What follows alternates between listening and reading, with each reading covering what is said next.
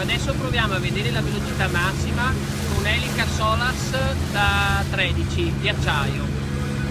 La velocità massima precedente con la Solas 13 di alluminio era di 25,7 nodi, però dovevo far carena. Adesso abbiamo fatto carena, la carena a bottoni come si può vedere, e questa è la prova fatta l'11 gennaio 2014 con elica Solas di acciaio.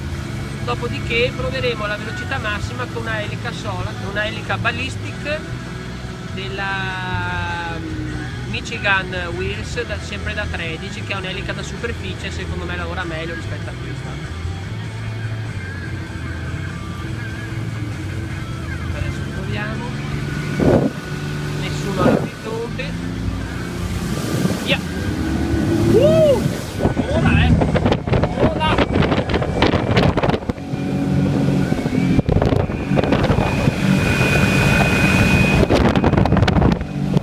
Siamo già a più di 27 nodi,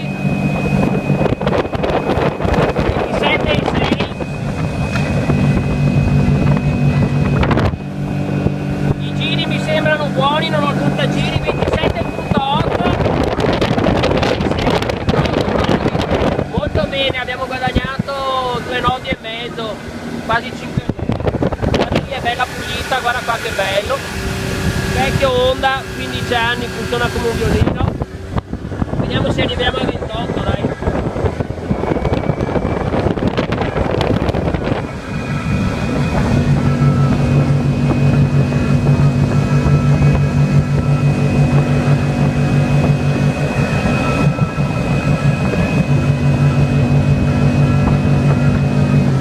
No, 27,7, 27,8 basta, non voglio spremere più il vecchio polmone. Planata, prima la teneva sui 15, la planata minima, poco prima del delfinamento, so che qua siamo di andare sulla secca con tutto, e adesso la manteniamo sui 16, 15, comunque abbiamo qualcosa, l'abbiamo guadagnato.